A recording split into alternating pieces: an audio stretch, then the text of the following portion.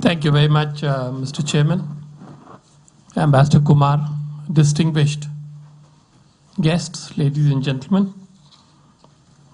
I think Shri Surendra Kumar has terrorized the panelists so much that they must restrict themselves to 12 minutes, and I certainly will do my best to do so.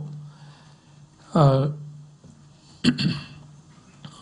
have three sections to my presentation. I'll first make some preliminary broad remarks on the subject, particularly the angle which has been assigned to me. Then I'll make what I think is an objective attempt on evaluating BRICS as it exists today. And finally, I would talk a little bit about the specific perspective of India. The difficulty in terms of locating or situating BRICS is because it is an attempt or an essay in novel kind of multilateralism.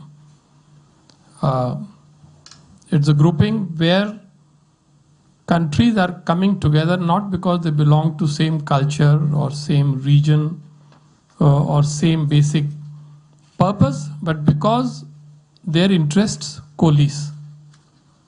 So you have a situation where these 5 countries have common interests, but that does not deny the fact that they have a lot of divergences among themselves. So it is that basic fact about convergence and divergence of these 5 countries that we have to keep in view, otherwise we'll keep making mistakes in understanding and reading this body. Many perceive, perhaps rightly, this to be a counter to G7. Certainly it is a vital component of G20. In many ways it is an enlargement of RIC, Russia, India, China, and it is certainly a competitor to and transformation of IPSA, India, Brazil and South Africa. So it is all that, and therefore obviously it is adding a new pillar to the multilateral architecture of the world today. Then I think BRICS is undoubtedly a grouping which is in search of a role. And I think that is the reason why opinions are so diversely divided, so severely divided on this, between advocates, supporters, cynics, and so on.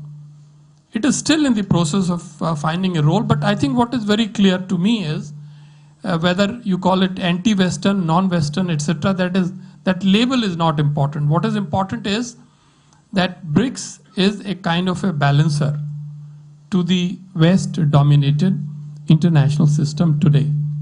These countries are, by and large, status quoists. They are not fighting against the system. They want to improve the system so that it fits into their own interests a little bit more. We don't have to go into history at all. The idea began back in 2001. As Ambassador Sibal pointed out, in the middle of the last decade, it started picking momentum. But even regular summits from 2009 really could not do very much until the caravan came to Delhi. And between Delhi, Durban, and now Fortaleza, it has taken a new shape. I think that is the reason why we need to watch it carefully.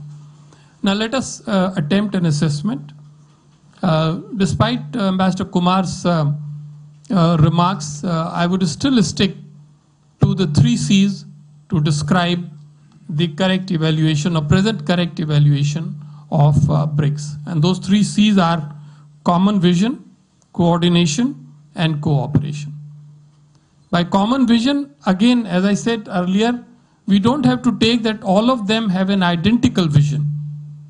It's a loosely shared vision which coexists, as I said, with divergences in terms of worldviews. What is this common vision? It was asked. And I think the answer is there very much in the latest communique. This is described in very simple general words. There are 4 goals: peace, security, development, and cooperation. You cannot really have a fight with any of these goals. But this is what these countries want. They are worried about various regional flashpoints.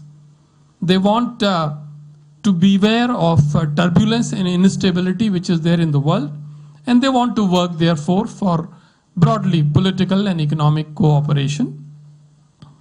The agenda is very wide. There is no restriction on what can or cannot be discussed.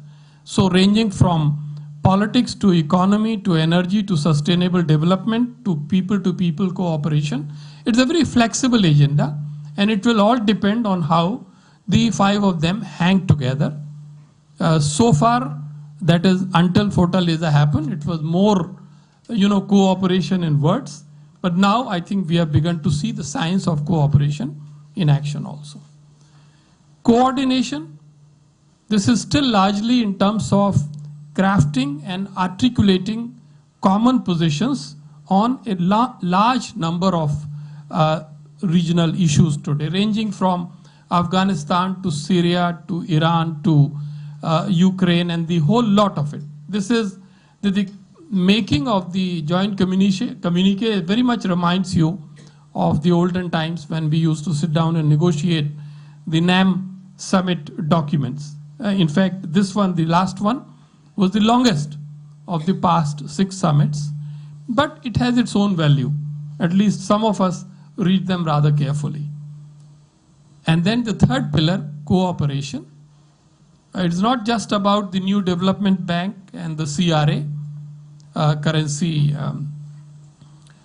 arrangement, currency reserve arrangement. It is also about the fact that there are at this time 23 full-scale mechanisms which are in operation, ranging from almost education, agriculture, national security, science and technology, people's relations, and many other areas where the ministers, senior officials, experts, business people are holding considerable degrees of dialogue and some action as well. So this is, as I said, it is a work in progress, and really the way they proceed forward will determine as to where they really reach. My third point is about India's perspective. I think the way I look at it, I would say BRICS symbolizes multipolarity. In addition, it is also a tool for promoting multipolarity. I think one of the central aims of the Indian foreign policy, as far as I can understand, is to have a multipolar world. We already have it, but I think it should be even more pronouncedly multipolar. We simply do not like domination of one single power, dominating the international system. And so, in a way, BRICS clearly helps us to achieve that goal. But then, we also have to remember that within BRICS, you need balance. And I think India sees itself playing the role of a balancer within BRICS. This fear about domination by China or domination by China and Russia of the other three could become quite real. And so, in a way, this role of an external and internal balancer, I think that will really need to be looked at with great interest. UN Security Council, we made a full study and we found for the past 6 years, the document that these people produce, the paragraph on UN Security Council has not changed at all. They keep cutting and pasting the same paragraph almost to the last point.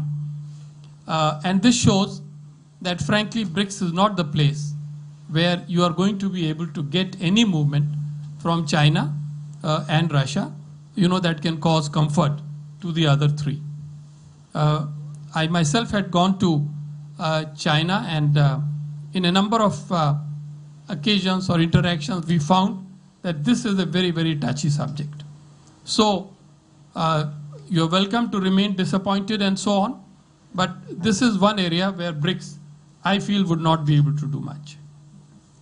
But there are 2 more points I would like to quickly say before I conclude. One is that some of us feel that IPSA has still a role to play.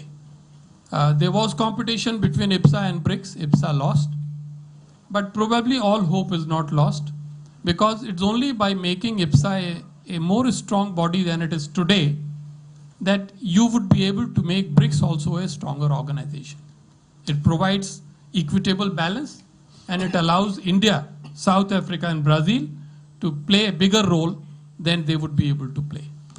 And my last point, very candidly, is that in India, if not in the government, certainly in the strategic community, there is discomfort about some of the patterns of behavior by two of the biggies in BRICS, namely China and Russia. China has been doing things in East Asia, of which we are fully aware. Let's also be frank, Russia is also doing a few things in Central Europe, and in turn, many of things they are doing is not correct.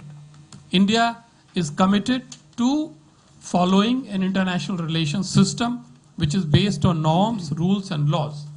And at some stage or the other, Brazil, South Africa and India will face the challenge that if these two guys don't behave properly, they will have to be told within the house and if necessary outside the house. This is a fact, and I think we should be very realistic about it.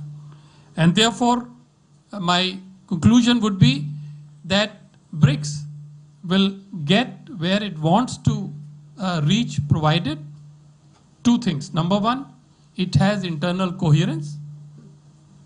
And secondly, if the economies of these 5 countries truly develop faster than they are doing in the last 2 years. Thank you very much.